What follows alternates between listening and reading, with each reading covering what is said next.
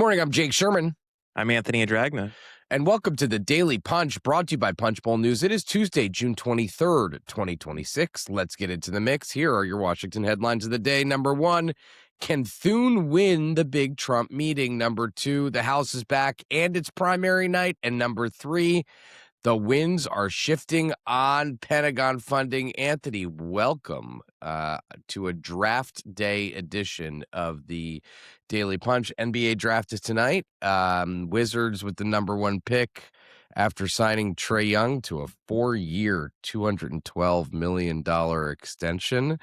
Not the topic we cover here at Punchbowl News, but as a native Washingtonian, you should be, at least, I think, happy that the Wizards have the number one pick. I'm happy whenever DC sports teams are doing well. Absolutely. Well, they're not doing well yet. Could be doing well. That's the issue. And the Nationals won last night, and they beat the Phillies, which I'm happy about because I could give Andrew and Laura I could talk smack to them about the Nationals being the Phillies. Okay.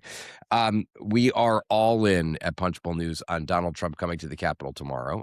He is coming to the Capitol to talk to Senate Republicans amid what we could only describe as a massive row between John Thune and Donald Trump about everything, about the filibuster, about the Save America Act, about FISA, about Jay Clayton's nomination, everything. There's just a huge rift between Senate Republicans and the White House. And yesterday we talked about Trump coming to the Capitol. We wrote about it in the AM edition, but now we're also we're digging in a little bit deeper because Rick Scott is the one who invited Donald Trump to talk to the steering committee meeting. He did not give Donald Trump a heads up. He did not give John Thune, rather, a heads up about this meeting, and that is quite the affront. But we said yesterday this is going to be a disaster. I mean, or I don't know if we said it directly, but this is a tough meeting for the Republican leadership in the Senate. No question about that, because Trump is going to berate them. But as we dug in more and reported, this could be an opportunity for Thune. Why could it be an opportunity for Thune? Because Thune has the opportunity for once to not be the bad guy, not be the only person telling Donald Trump no. I mean, I think you and I know, Anthony, and the rest of the people who report on this stuff know that the Save America Act doesn't have 50 votes. The gutting the filibuster doesn't have 50 votes.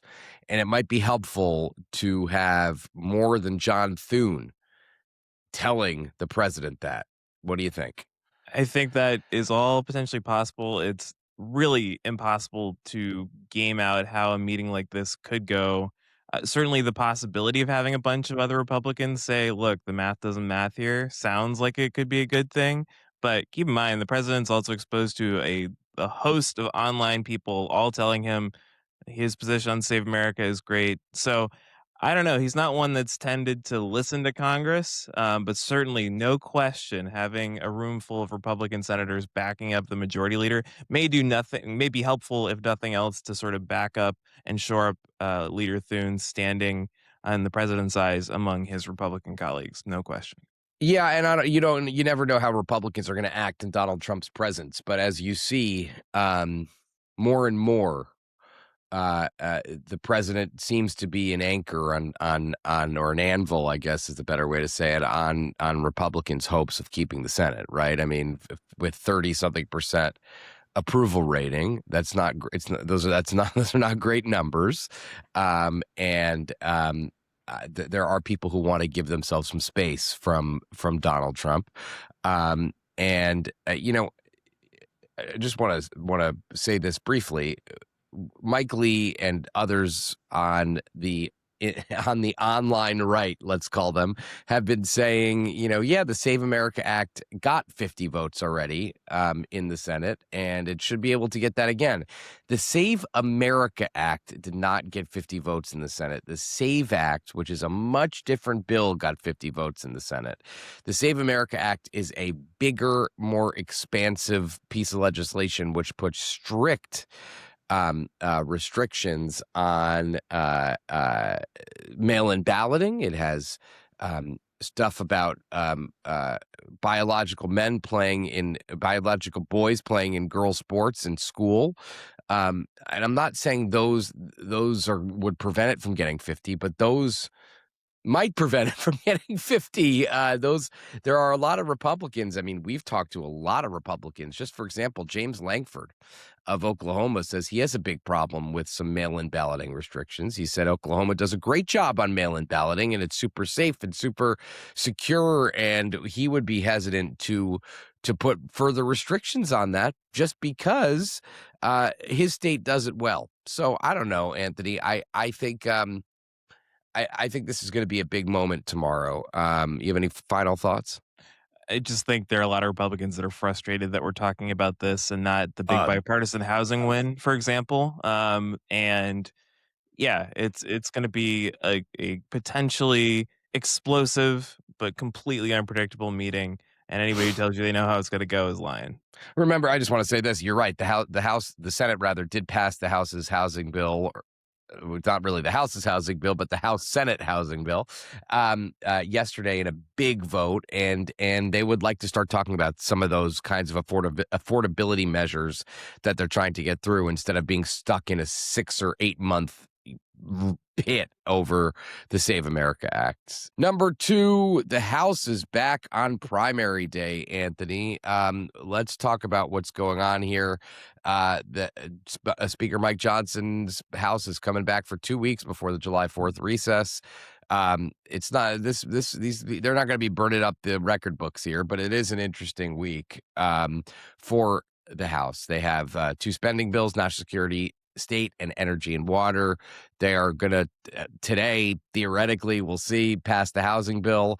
There are also a bunch of unknowns, Anthony. This is some news. They might try to take another shot at FISA this week. Um, at least that's the thinking right now in the leadership. I don't know why they think it's going to be different than it was last week. But anyway, what do you think about that? You cover FISA a lot.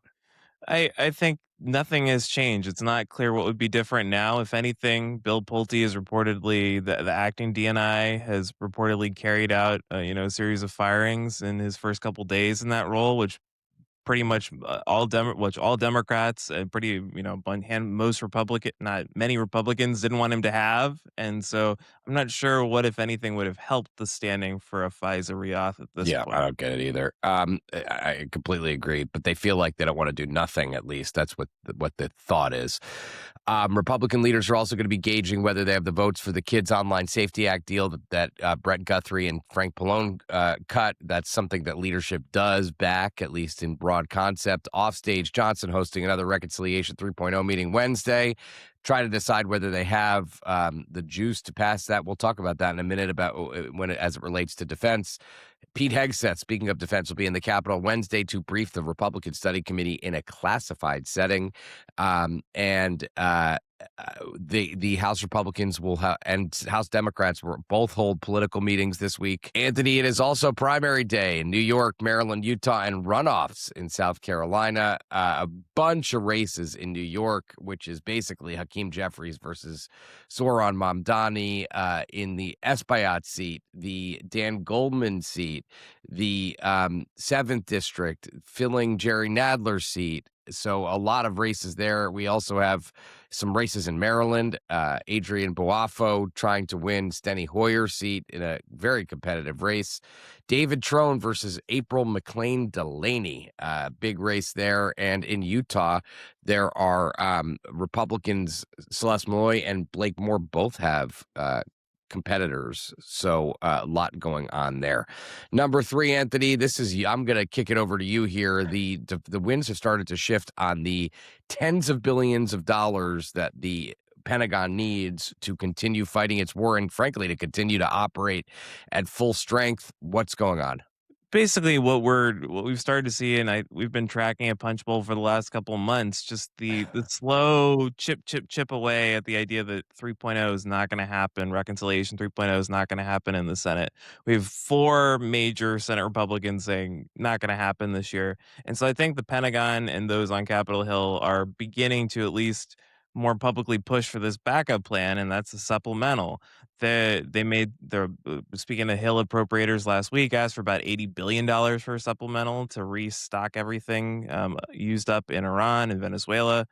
So those talks seem to be getting more serious. I think a big issue here is Democrats definitely don't seem on board. They don't think the war with Iran was legal. They think that they've been slow walking aid to Ukraine, and basically feel like they've been boxed out by this Pentagon. They're really concerned about the $1.5 trillion top line that the Pentagon is still pushing. So we're seeing even people who I think might be in a deal space, people like the Chris Coonses and the Jack Reeds of the world, people you're definitely going to need if you want to get 60 votes in the Senate. They're not there yet, definitely nowhere near there yet. But there is sort of, I think, more of this recognition among the administration that the supplemental is gonna be way more viable. Not giving up on 3.0, I wanna be very clear about that, but that the supplemental is gonna be the more viable path here towards actually getting that money. And let me just say this, I don't think a supplemental is viable. I agree with you. I don't. I just don't. I don't think a supplemental is viable. I don't think they're going to be able to get that would mean getting 60 votes in the Senate for a supplemental. That would mean getting d- probably at least a handful, a half dozen votes in the House, Democratic votes in the House. I think there is no chance they're going to get a supplemental. I don't. I think it's going to be incredibly. I agree. I think your reporting is spot on. I think reconciliation 3.0 is not going to happen. I think the Pentagon's decision to wait here until, we've been hearing about a supplemental, Anthony, for 3 months now, right? Yep, I mean, yep. and they've been sitting on their hands and saying, "Well, we're not going to do it now. We're not going to do it now. We're not going to do it now. We're okay. We have what we need." I mean, no, I'm not saying that would have been dispositive, and I'm not sure that would have made a difference. I don't think they could get a supplemental. I really don't. I don't know how they do. I don't think there's any path to getting Democrats to support what will be branded as a affirmative vote for Trump's war in Iran.